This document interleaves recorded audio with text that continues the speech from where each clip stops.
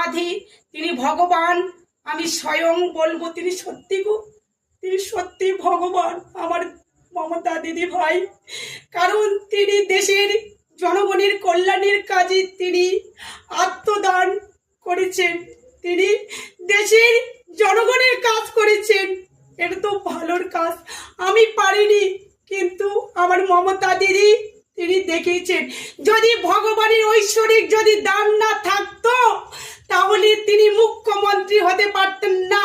তাই আমি বলছি ভগবানের কাছে আমি শতকোটি প্রণাম জানিয়ে বলছি যেন মমতা দিদি আগামীকাল যেন মুখ্যমন্ত্রী থেকে যেন প্রধানমন্ত্রী হয়ে যেতে পারে। তাই সবাইকে বলছি জনসাধারণদের তোমরা মমতা দিদিকে জিতিয়ে ভোট দিয়ে উজ্জয়িনী করবেই করবেই করবেই করবে।